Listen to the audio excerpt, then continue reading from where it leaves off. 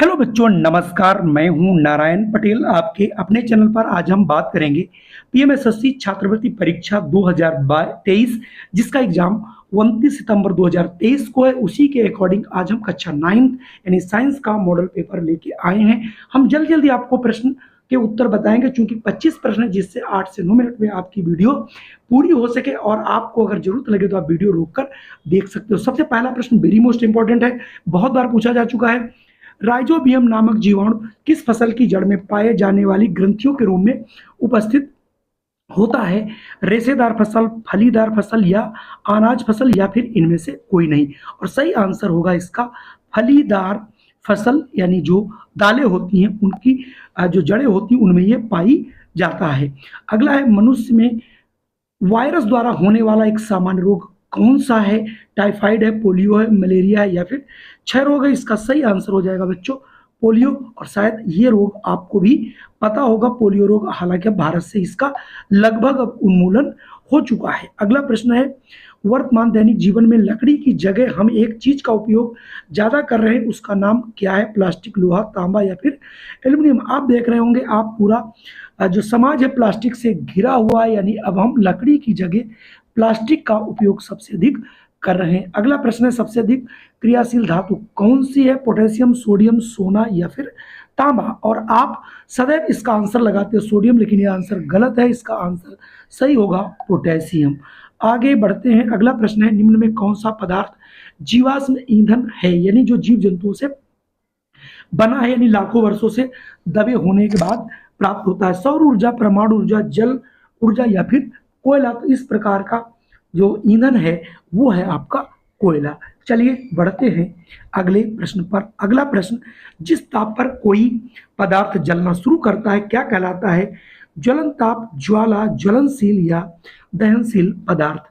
तो अगर आपने आंसर लगाया है सी ज्वलनशील, तो आप बिल्कुल सही हैं, यानी यहां से ऑप्शन सी हो जाएगा। हालांकि मैंने बहुत से ऐसे चैप्टर्स आपको कराए भी हुए हैं जहां पर आपको ये सब चीजें देखने को मिल जाएंगी। अगला प्रश्न है, जंतु जिनकी संख्या एक निश्चित स्तर से कम होती जा रही है तथा वे विलुप्त हो सकते हैं, उन्हें क्या कहते हैं? वन्यजीव, पालतू जंतु, संकटापन्न जंतु, या इनमें से कोई नहीं। सही आंसर होगा सी संकटापन्न जंतु, यानी ऑप्शन यहां से सी आप आंसर लगा लीजिएगा। और ये आंसर बिल्कुल सही है। सारे प्रश्न आपके एनसीईआरटी के ही हैं। कौन सी गैस हरित प्रभाव वृद्धि के लिए जिम्मेवार है?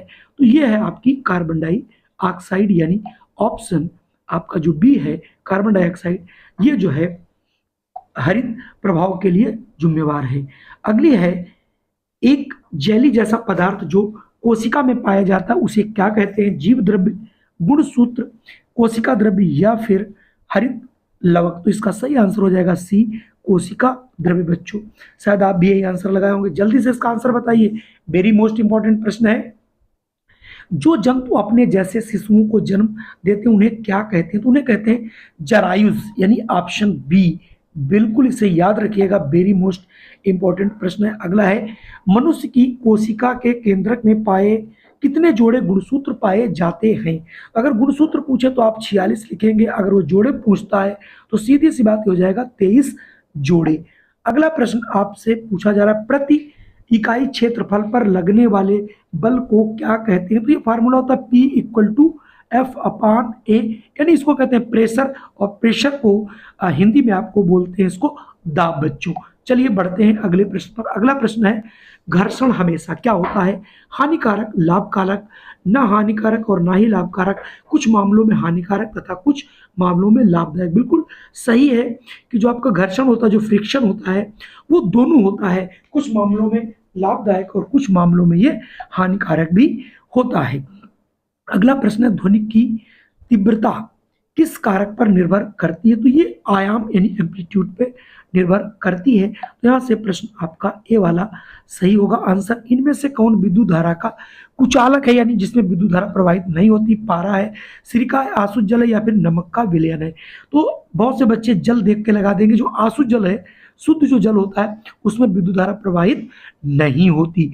अगला प्रश्न, भूकंप की तीव्रता मापने के लिए किस यंत्र का प्रयोग करते हैं? रिएक्टर पैमाना, कमानीदार तुला, साधारण तुला, या इनमें से कोई नहीं? तो जब भी भूकंप आता है तो बताया जाता है कितने रिएक्टर के पैमाने पर उसकी तीव्रता क्या थी। तो भूकंप को मापने वाला जो यंत्र है उसका नाम है रिएक्टर पैमाना।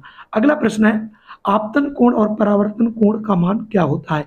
तो आपतन कोण और परावर्तन कोण आपने देखा होगा, या विलंब के ऊपर जब कोई किरण आती है और ये परावर्तित हो जाती है तो सदैव आपतन कोण परावर्तन कोण के बराबर होता है, समान होता है। तो यहाँ से आंसर बी हो जाएगा। अगला प्रश्न आपके सामने, आंख में प्रवेश करने वाली प्रकाश किरणों को कौन नियंत्रित करता है? पुतली, रेटिना, आइरिस, या फिर कार्निया? सही आंसर हो जाएगा बच्चों पुतली।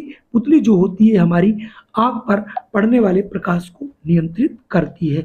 पृथ्वी का एक उपग्रह है, पृथ्वी का एक और केवल एक ही उपग्रह है, तो सभी को इसका आंसर आ रहा होगा।